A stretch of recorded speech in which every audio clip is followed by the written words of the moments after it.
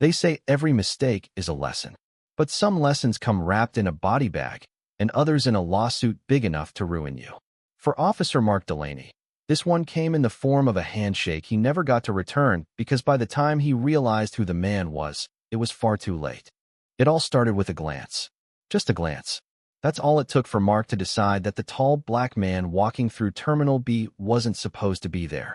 Maybe it was the way he walked, too confident, too composed. Or maybe it was the simple fact that he was black, wearing a suit worth more than Mark's monthly salary, in a space where Mark didn't think people like him belonged. Mark would never admit that part out loud, of course. Not then. Not when his job depended on quick judgments and gut instincts. But instincts could be poisoned. And Mark's were. The morning had started like any other at JFK International. Over-caffeinated, underpatient, and suffocating under the weight of schedules that no traveler could ever seem to meet. The intercom announcements were a steady drone, boarding calls fighting over gate changes, while rolling suitcases clicked against the glossy floor like metronomes counting down to disaster. Mark leaned against the security checkpoint barrier, scanning the river of faces flowing past. His partner, Officer Linda Cho, was busy explaining to a tourist why his water bottle couldn't come through. Mark wasn't listening, his eyes were elsewhere. That's when he saw him. The man was tall, easily over 6 feet, with shoulders that filled out his navy suit perfectly. His tie was silk, real silk, not the department store kind, and his shoes shone so bright Mark could see the terminal lights in them. He had a leather briefcase in one hand and a phone in the other, murmuring something into it with an expression that was calm but urgent. Mark's mind flashed. Drug courier. Smuggler. Maybe worse. The thought came so fast, so easily, that it felt like truth. He started toward the man before he even realized he'd moved. Sir, excuse me. Mark's voice cut through the terminal noise. The man stopped mid-step, looking up from his phone. His eyes sharp, intelligent, slightly wary met Mark's with the calm precision of someone who had been stopped like this before. Yes. His tone was polite, but there was an edge there. A tiredness. I need to see your boarding pass and ID, Mark said, trying to sound official rather than confrontational. The man's brow furrowed. May I ask why? Mark didn't answer immediately. He didn't have a good reason, not one that would sound right if he said it out loud. Random security check, he finally said, though both of them knew there was nothing random about it. The man sighed, sliding his briefcase onto a nearby bench. He pulled out his wallet, handed over his ID, and then his boarding pass. Mark glanced at the name, David Ellis. Flight to London, business class. Everything was in order. Everything. But Mark still felt something gnawing at him. Something that told him this man didn't belong. Linda appeared beside him, reading the tension immediately. Mark, what's going on? Just a quick check, Mark muttered, though his grip on Ellis's ID lingered a little too long. Ellis's phone buzzed. He picked it up, but Mark stepped closer. Sir, I'm going to need you to hang up. Ellis's eyes narrowed. This is an important call. I'm running late for my flight. You can continue after we clear this up, Mark said, voice firm. Around them, people were slowing down to watch. A young couple whispered to each other, their eyes darting between Mark and Ellis. An older woman shook her head, muttering something under her breath about the world these days. Mark's chest tightened. The pressure was building, the kind that made you double down instead of back off. He asked Ellis to open his briefcase. Inside were neatly stacked folders, a silver laptop, and a slim portfolio. Nothing illegal. Nothing suspicious. Linda gave him a look, the kind that asked if he'd lost his mind. Mark, he's fine. Let him go. But Mark didn't let go. He couldn't. Something inside him insisted that letting Ellis walk away would be a mistake. Sir, I'm going to need you to come with me for further questioning. Ellis blinked, incredulous. Questioning? On what grounds? Sir? No. Ellis cut in, voice rising. You've checked my documents, you've gone through my belongings, and you've found nothing. I'm not going anywhere. Mark's jaw clenched. The crowd had grown now, maybe a dozen people openly watching. Someone had their phone out, recording. And then it happened. Mark reached for Ellis's arm. It was meant to be a light grip, just to guide him. But Ellis pulled back, and the movement turned into a scuffle. Linda stepped in, trying to de-escalate, but by then Mark had already called it in. 2 more officers appeared, flanking Ellis, their hands hovering over their batons. Within minutes, David Ellis, CEO of one of the fastest-growing tech companies in the country, was in a small, windowless security room, sitting across from Mark at a metal table. The irony? Mark still didn't know who he was. "You're making a big mistake," Ellis said quietly, his voice calm, but carrying a weight that made the room feel smaller. Mark smirked. "Everyone says that." Ellis leaned forward. "Do you know how many times I've been stopped like this in airports? Do you know how exhausting it is to be treated like a suspect just for existing in your skin?" Mark didn't respond. "I bet you don't even realize it," Ellis continued, his tone colder now. "You think you're just doing your job. But you're not. You're feeding a machine that's been built to look at me and people like me as threats before it even hears my voice." Mark shifted in his chair, feeling an unease he couldn't quite name. The door opened, and Linda stepped in, holding a printout. Her face was pale. "Mark," she said slowly, "you might want to look at this." Mark took the paper. It was a passenger manifest. Next to Ellis's name was a VIP notation, flagged for expedited processing, a courtesy extended to high-profile business leaders. And underneath that, in bold letters, "Keynote Speaker, Global Tech Summit, London." Mark's stomach sank. Linda's voice was low. "This guy's a big deal. And there's already a video of you detaining him on social media. It's going viral."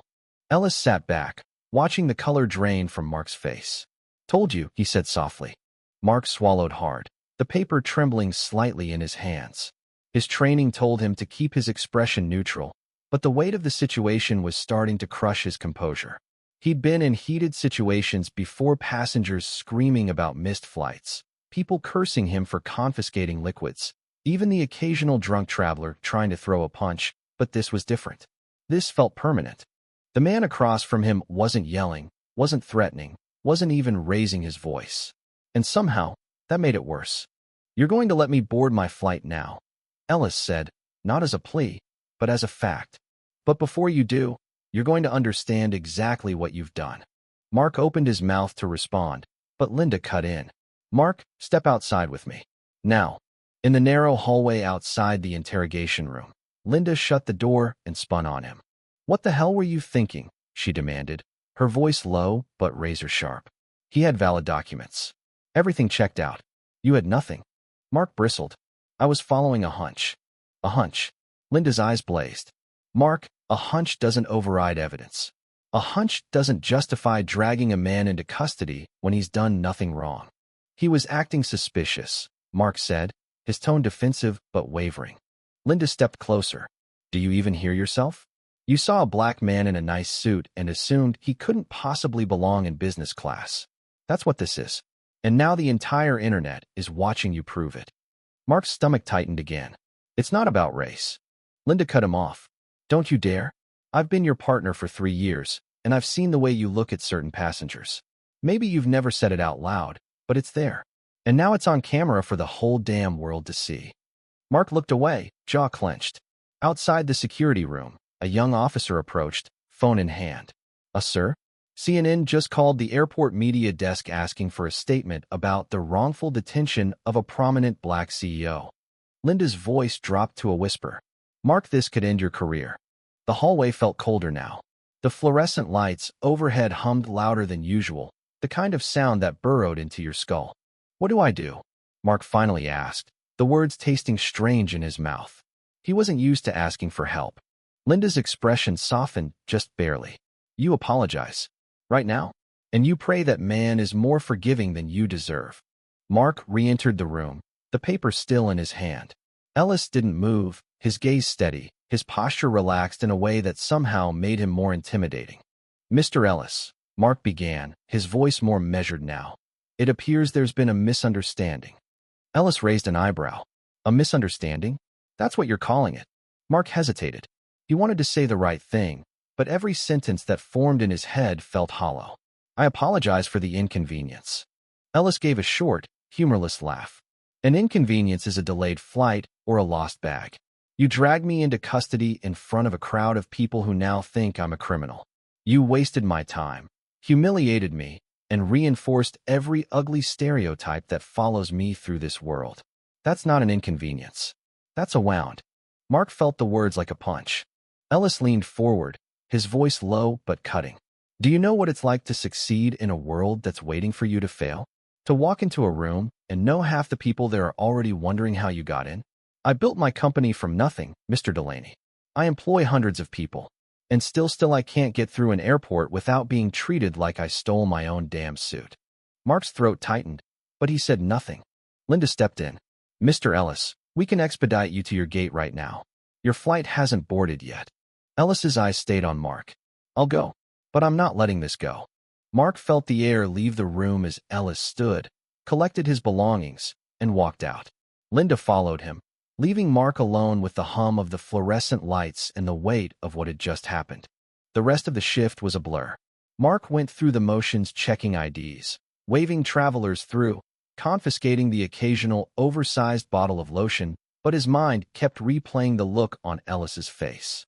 Not anger, not exactly. More like disappointment. By the time his shift ended, the video had hit 2 million views. Headlines were everywhere. Black CEO wrongly detained at JFK caught on camera. Airport security faces backlash over racial profiling incident. David Ellis speaks out. This happens every day. Mark didn't read the comments. He didn't have to. He could imagine them. At home that night, Mark sat in the dark, the TV casting flickering light across the living room. His phone buzzed every few minutes with texts he didn't answer colleagues, family, even an old friend from high school who'd written, "Damn, man, that you on CNN?" His wife, Emily, stood in the doorway. "You want to talk about it?" Mark shook his head. Not much to say. She walked in anyway, sitting beside him.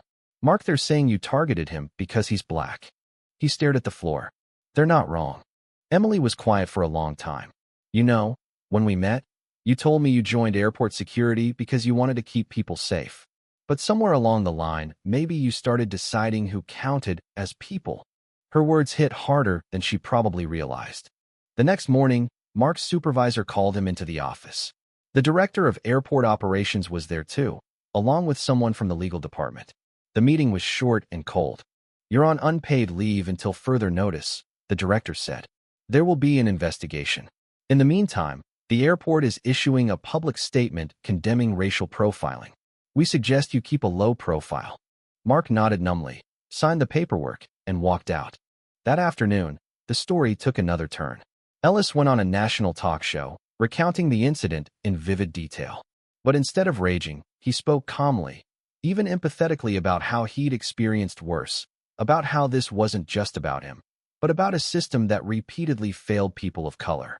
And then he said something Mark didn't expect. "I don't think Officer Delaney woke up that morning planning to humiliate a black man. But that's the point. Bias isn't always conscious. It's built into the way we're taught to see the world. Until we face that all of us, nothing changes." Mark sat in his living room, listening to the man he'd wronged speak with more grace than he deserved. 2 days later, Mark received an email. Subject line, "Meeting request David Ellis." It was short. "If you're willing to talk, I'm willing to listen. My office, Friday, 2 p.m. Mark stared at it for a long time before replying, "I'll be there." Friday came fast. The headquarters of Ellis Tech was nothing like Mark expected: sleek glass walls, open spaces, people moving with purpose. The receptionist, a young woman with a bright smile, handed him a visitor badge without a trace of judgment in her eyes. Ellis's office overlooked the city, the skyline stretching beyond the windows. He stood when Mark entered, offering a handshake. Mark took it, feeling the strength in the other man's grip. "Sit," Ellis said. Mark did. "I wanted to apologize.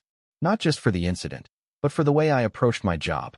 I thought I was protecting people, but I see now that I was making some of them less safe." Ellis studied him for a moment. "That's a start. But an apology doesn't erase the harm. The question is, what are you going to do about it?" Mark exhaled slowly. "Learn, listen, change, and maybe help others do the same." Ellis nodded. "Good. Because if you're serious, I have an idea."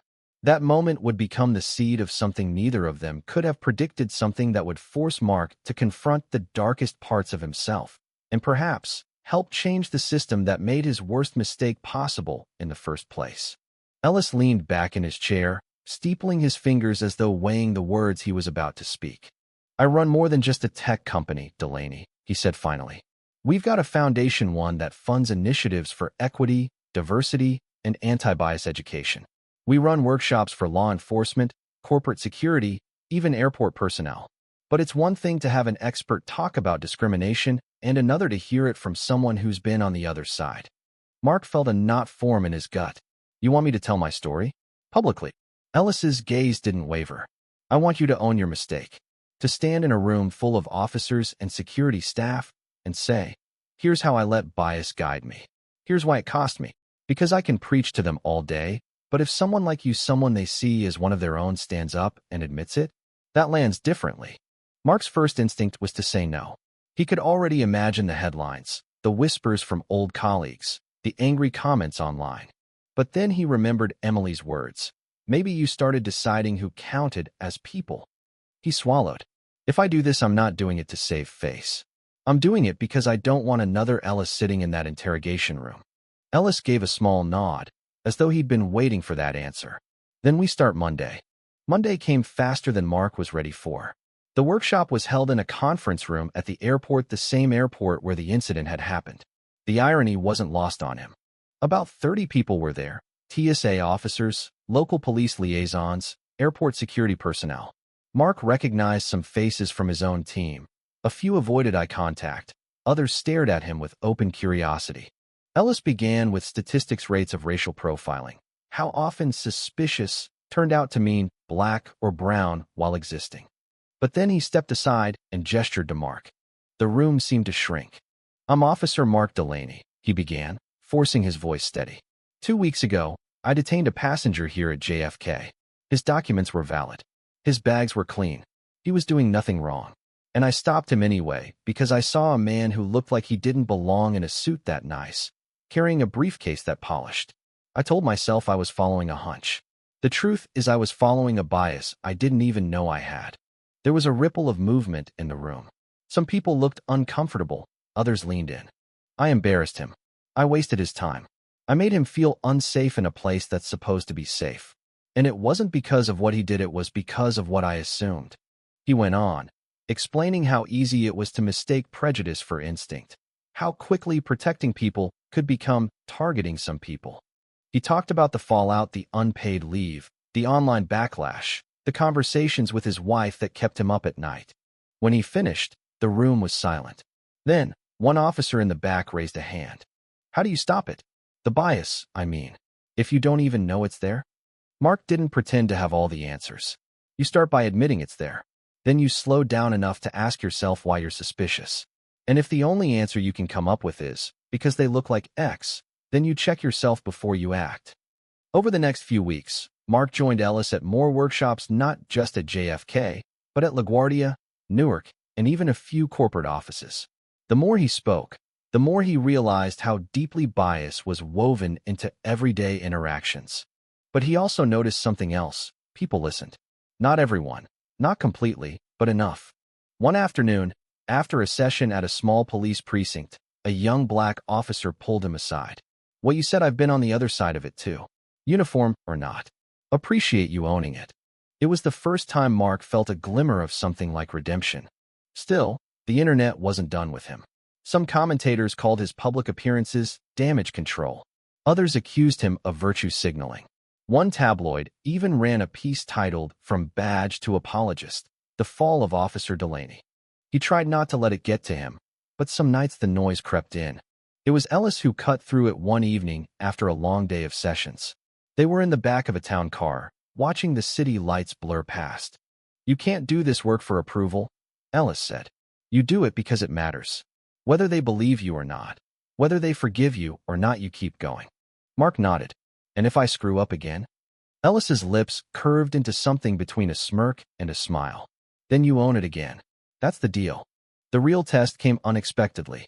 One rainy Friday, Mark was walking through Terminal C after a workshop when he noticed 2 security guards detaining a middle-aged Middle Eastern man near a baggage carousel. The man was speaking in broken English, his voice rising in confusion and fear. One of the guards was an old colleague, Officer James Keller, a guy Mark knew well. The other was a rookie. Mark approached. What's going on? Random screening, Keller said, almost too quickly. Mark's eyes narrowed. For what?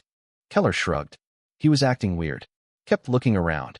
The man, still holding a damp umbrella, said in halting English. "I looking for my daughter. She come from Chicago, not here." Mark looked from the man to Keller. "You've got his ID?" "Yeah," Keller said.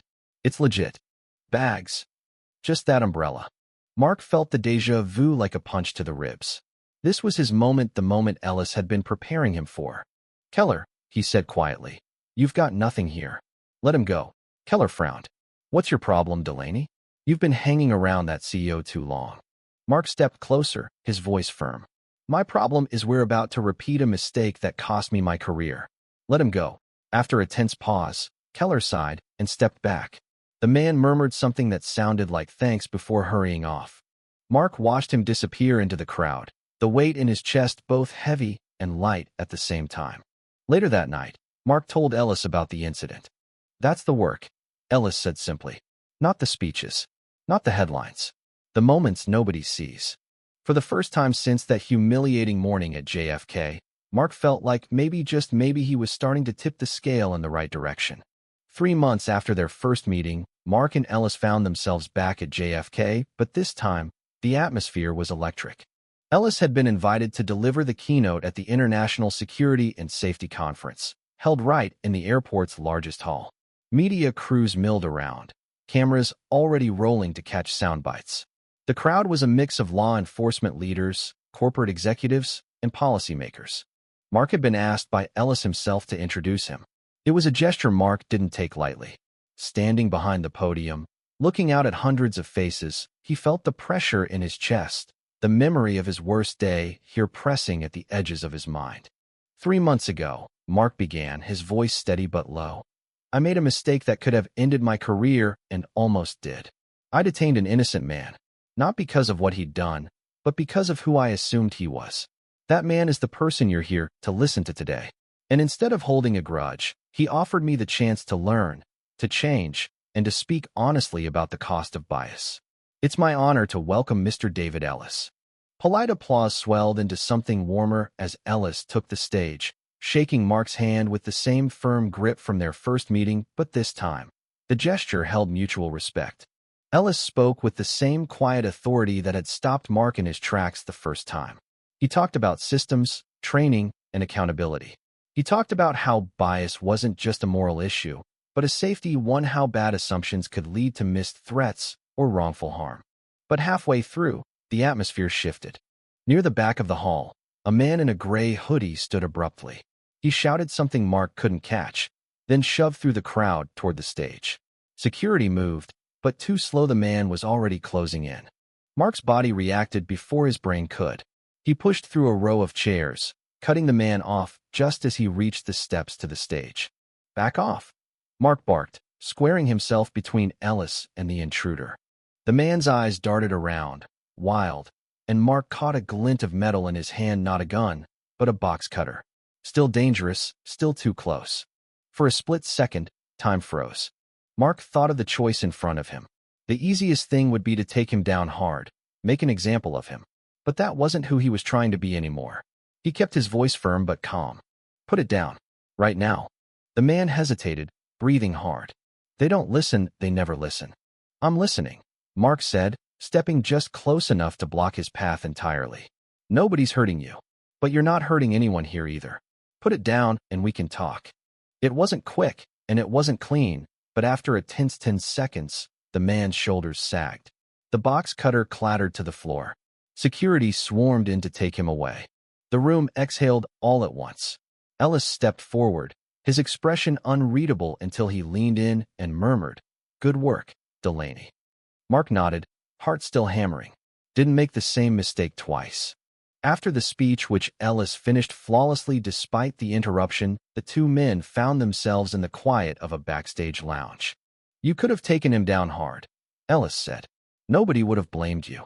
But you didn't." Mark shrugged. "He wasn't the threat I thought he was. Just scared. Angry. I've been on both sides of that now. I couldn't," he trailed off, then smiled faintly. "Guess your workshops are working." Ellis chuckled. "Guess so."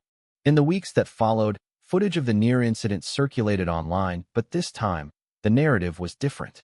Headlines read, "Officer who wrongfully detained CEO now saves him at security conference." Mark Delaney, from viral infamy to redemption. Lesson in bias leads to real-world action. Some people still doubted him, of course. The internet never forgets. But for the first time since that humiliating day, Mark felt the balance starting to shift not just in how people saw him, but in how he saw himself. One evening, over coffee in a small cafe far from the airport, Ellis leaned back in his chair. "You know, when this all started, I wasn't sure if giving you a chance was the right move. I figured you'd either run from it or try to make yourself look good. And now?" Mark asked. Ellis smiled. "Now I think maybe I underestimated you. You didn't just own it. You changed. That's rare." Mark stared into his cup. "I'm not done changing. I don't think I ever will be. But maybe that's the point." As they stood to leave, Ellis extended his hand once more. "Take care of yourself, Delaney." Mark shook it firmly. "And you. Thanks for not letting me stay the guy I was that morning." Ellis's eyes softened. "Thanks for not wasting the chance." Outside, the city buzzed with its usual indifference, taxis honking, strangers brushing past, the air thick with the smell of rain on concrete. Mark stepped into the crowd, no longer a man defined by a single mistake, but by what he chose to do after. And somewhere in the terminal at JFK, another officer glanced at a traveler who looked out of place, and, maybe remembering the story of Mark Delaney and David Ellis, decided to take a second look at their own instincts before acting. Because change doesn't happen all at once, but it starts somewhere. And sometimes, it starts with the worst mistake of your life. Thank you for listening. If you find it interesting, please like and subscribe to follow the next stories.